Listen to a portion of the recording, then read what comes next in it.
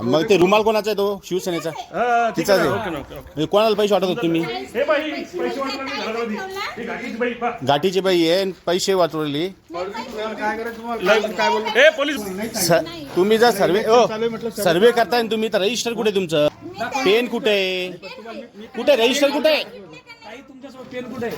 register कुठे आले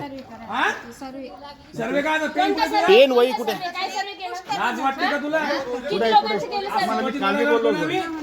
मी अटकलोच होतो तुम्हाला काय